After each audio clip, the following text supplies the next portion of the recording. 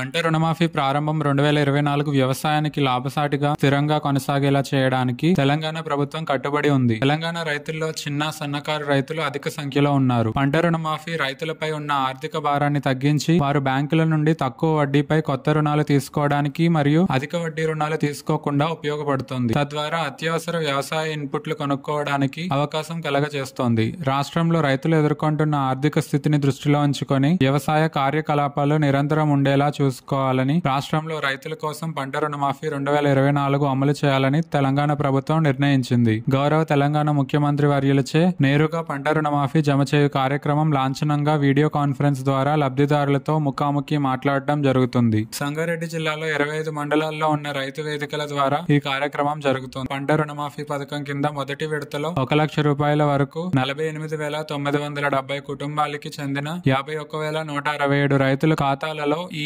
27,962 కోట్ల నిధులు జమ చేయటం జరుగుతుంది. జహీరాబాద్ మొత్తం రైతు ఖాతాల సంఖ్య 9,414. లబ్ధి జరిగిన మొత్తం కోట్లలోనే ఉంది. ఈ కార్యక్రమంలో అధికారులు ఏ వినోద్, ఏఈఓ ప్రవీణ్, భూమేష్, నాగరాణి, కనిషా ప్రతిమ, రైతులు ఎండి మక్సూద్, గంగారెడ్డి, శ్రీనివాస్ రెడ్డి, సుదర్శన్ రెడ్డి, గోవర్ధన్ రెడ్డి, మల్లికార్జున్ రెడ్డి, తట్కల్ రాజ్ కుమార్, ఏసప్ప, జట్టప్ప, బక్కయ్య, రాజు, వివిధ గ్రామ ప్రజలు